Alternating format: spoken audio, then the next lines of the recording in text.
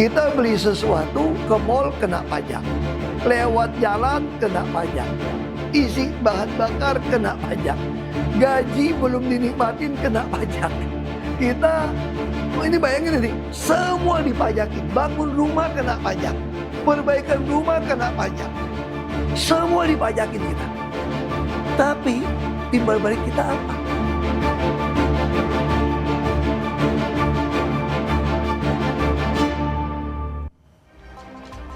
Anda kembali di berita utama bersama saya Jihan Novita. Saudara, akhir-akhir ini pajak jadi perbincangan panas di tengah masyarakat. Pernyataan mantan Gubernur Jakarta Basuki Cahayapurnama atau Ahok tadi seperti mewakili jeritan rakyat saat ini. Pendapatan warga yang tidak sebanding dengan beban pajak membuat rakyat tercekik. Sementara saudara, di sisi lain anggota dewan yang katanya wakil rakyat justru bebas dari pajak. Karena pajak penghasilan DPR rupanya dibayarkan oleh negara. Dan saudara, soal pajak ada cerita dari seorang buruh las harian di kota Cirebon, Jawa Barat bernama Yayat, di mana ia mengeluhkan kenaikan pajak bumi bangunan atau PBB rumahnya. Yayat bercerita pada tahun 2022 ia membayar PBB sebesar Rp389.000. Namun saudara, di tahun 2024 angkanya naik berkali lipat menjadi Rp2.377.000. Memang Yayat kemudian mendapat potongan diskon sehingga hanya wajib membayar Rp1,7 juta. Namun, meski sudah diberi subsidi, angka Rp1,7 juta masih terasa memberatkan bagi Yayat yang hanya berpenghasilan Rp120.000 per hari. Saudara, unjuk rasa menuntut pembatalan kenaikan pajak bumi dan bangunan perdesaan dan perkotaan juga dilakukan di Bone, Sulawesi Selatan. Masa menuntut Pemkab Bone membatalkan kenaikan pajak bumi dan bangunan perdesaan dan perkotaan atau PBBP 2 sebesar 300% yang dinilai membebani masyarakat. Peserta aksi juga meminta pemerintah daerah mengembalikan uang rakyat yang telah terlanjur membayar pajak. Dan aksi yang digelar di depan kantor bupati ini pada 19 Agustus lalu diwarnai kericuhan saudara. Karena peserta unjuk rasa kecewa bupati dan wakil bupati Bone enggan menemui massa aksi.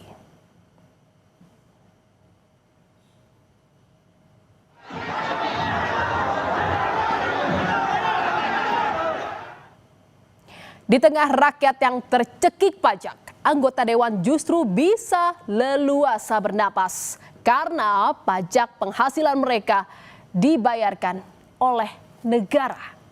Aduh, enaknya jadi anggota dewan. Bukan hanya pajak yang dibayar negara, enaknya jadi anggota dewan juga tercermin dari banyaknya tunjangan yang mereka dapatkan. Nilainya pun bukan angka kecil, saudara. Dan inilah saudara, beberapa tunjangan yang diterima anggota dewan kita yang terhormat, yang tengah disorot oleh publik. Kita tengok bersama saudara, yang pertama ada tunjangan jabatan. Besarnya variatif antara ketua, wakil ketua, sampai anggota. Berkisar mulai dari Rp9 juta hingga Rp18 juta. Dan ada juga tunjangan beras yang nilainya Rp30.000 per jiwa untuk maksimal 4 orang dalam satu keluarga anggota DPR. Kemudian tunjangan penghasilan senilai Rp2.699.000 yang dibebankan ke kas negara. Padahal saudara, para pekerja biasa dikenakan pajak penghasilan atau PPh 21 sebesar 15 hingga 35% tergantung besaran penghasilan per tahun. Dan saudara, selanjutnya ada tunjangan komunikasi yang nilainya cukup fantastis saudara. Mulai dari Rp15 juta hingga Rp16 juta. Ada pula bantuan listrik dan telepon senilai Rp7.700.000 dan tunjangan perumahan yang paling memantik kemarahan publik karena nilainya mencapai Rp50 juta. Angka-angka ini, saudara, jika dibanding tunjangan anggota DPR periode 2019-2024 mengalami kenaikan hingga 2 kali lipat. Dan saudara, Wakil Ketua DPR RI Adis Kadir sempat menyebut kenaikan tunjangan anggota DPR diberikan Menteri Keuangan karena iba kepada anggota Dewan sebab sejumlah harga pokok seperti beras mengalami kenaikan. Adis bilang tidak ada kenaikan gaji melainkan hanya beberapa item tunjangan saja. Salah satunya tunjangan beras, saudara. Namun belakangan ia meralat pernyataannya bahwa DPR tidak mendapat kenaikan tunjangan beras, melainkan hanya mendapat tambahan tunjangan rumah yang sudah dianggarkan sejak tahun lalu. Gaji tidak ada naik, gaji kami tetap terima kurang lebih 6,5 juta, hampir 7 juta. Jadi kalau dulu gaji kawan-kawan itu terima total bersihnya sekitar 58, mungkin dengan kenaikan gaji tidak naik ya, saya tegas sekali gaji tidak naik, dengan kenaikan tunjangan makan disesuaikan dengan indeks saat ini mungkin terima hampir 69, hampir 70-an. Yang naik cuman tunjangan itu saja yang saya sampaikan tadi, tunjangan beras, karena kita tahu beras telur juga naik, mungkin Menteri Keuangan juga kasihan dengan kawan-kawan DPR, jadi dinaikkan. Tunjangan beras itu tidak ada kenaikan sejak tahun 2010, itu sebesar 200.000 kurang lebih per bulan. Jadi itu saja yang ingin saya klarifikasi. Jadi saya sampaikan tidak ada kenaikan gaji, yang ada memang hanya tunjangan perumahan yang sudah dianggarkan sejak tahun lalu, itu karena rumah dialihfungsikan oleh Sekretariat Negara. Saudara, jagat maya langsung riuh merespon soal kenaikan tunjangan anggota DPR. Beragam komentar muncul di media sosial menanggapi tingkah pola anggota DPR yang dianggap nirempati. Salah satu yang ikut meramaikan adalah kreator konten Jerome Pauline, di mana ia mengkritik cara berhitung Wakil Ketua DPR Adis Kadir soal besaran tunjangan rumah DPR hingga mencapai angka Rp50 juta. Jerome bilang, besaran tunjangan rumah anggota DPR jika dikalkulasi bisa dikategorikan biaya sewa hotel bintang 5. Dikaliin 3 dikali 26 jadi 78 juta per bulan katanya. Itu artinya 3 jutanya per hari. Kalau 3 juta per hari itu namanya bukan kos, itu namanya hotel bintang 5, Pak. 50 juta per bulan untuk tunjangan rumah, sedangkan di luar sana banyak guru, dosen, tenaga pendidik, nakes. Gak tahu mau makan apa besok, gak tahu tinggal di mana besok, bisa hidup atau enggak besok gak tahu. GWS deh. Memangnya kenapa sih sampai harus riuh dan gaduh soal tunjangan anggota DPR ini? Coba kita lihat secara keseluruhan gaji dan tunjangan anggota DPR periode saat ini, saudara.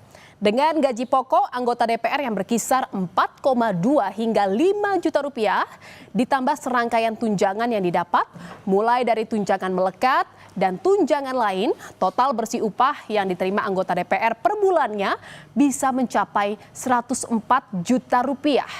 Artinya, saudara, dengan angka segini, kalau kita hitung per hari tanpa libur, anggota DPR mendapatkan gaji sebesar kurang lebih 3,4 juta rupiah per hari. Dan ini, saudara, tentu jumlah yang fantastis, setidaknya jika dibandingkan pendapatan warga pada umumnya. Dan kita ambil saja contoh upah minimum regional di Provinsi Jakarta, saudara. Provinsi yang angka UMP-nya jadi salah satu yang tertinggi dibandingkan daerah lain dengan angka 5,4 juta rupiah per bulan. Angka 5 juta rupiah ini kalau kita hitung per hari, saudara, tanpa libur, pekerja Jakarta hanya mendapat upah sekitar Rp180.000 saja per hari. Perbedaan upah yang terlalu kontras ini menyakitkan bagi rakyat. Sementara itu, saudara anggota DPR fraksi PDI Perjuangan Deddy Sitorus merespon ironi perbandingan gaji DPR dan upah rakyat dengan menyebut tak boleh membandingkan posisi DPR dengan rakyat jelata.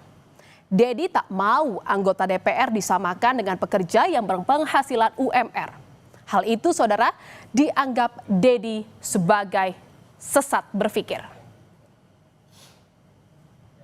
Ribut-ribut kenaikan tunjangan DPR dinilai analis ekonom dari Celios sebagai kebijakan yang bisa mencederai perasaan publik. Karena adanya ketimpangan pendapat terlebih di tengah situasi ekonomi yang sulit saat ini.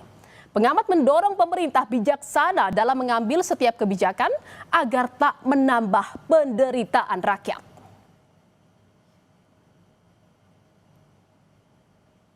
Saya dengan kondisi ekonomi kita hari ini, kita harus arif begitu ya. Nggak ada ASN yang dapat, mungkin nggak banyak ASN yang dapat tunjangan beras ya. Tunjangan bensin. Apalagi beras sekarang harganya mahal gila-gilaan. Beras harganya mahal, ini sangat melukai publik begitu. Ketua DPR RI Puan Maharani buka suara, saudara, soal kritikan masyarakat terkait tunjangan rumah anggota DPR RI yang dianggap terlalu tinggi. Puan menyebut penentuan nominal tunjangan rumah anggota dewan sudah dikaji terlebih dahulu untuk 580 anggota DPR yang datang dari 38 provinsi. Namun ia bilang aspirasi masyarakat juga akan menjadi perhatian pimpinan DPR. Puan juga meminta masyarakat agar tetap mengawasi kinerja anggota DPR RI apabila ada hal yang belum sempurna atau terlalu berlebihan. Kenaikan hanya sekarang DPR sudah tidak mendapatkan rumah jabatan, namun diganti dengan kompensasi uang rumah. Jadi itu aja sekarang karena rumahnya kan sudah dikembalikan kepada pemerintah. Saudara, di tengah situasi ekonomi yang sulit, anggota dewan yang adalah wakil rakyat jangan malah memunggungi rakyat. Empati kepada rakyat akan menuntun dewan yang terhormat menerapkan kebijakan yang selalu pro kepada rakyat. Jangan sampai rakyat merasa tak lagi bisa berharap pada wakilnya. Saudara, berita utama masih akan kembali seusai jeda dengan informasi mengenai jengkel karena marak terjadi kasus pencurian di desa mereka. Warga desa Larangan Badung, Pamekasan, Jawa Timur memasang baliho bertuliskan "Selamat datang di Desa Maling". Tetaplah di berita utama.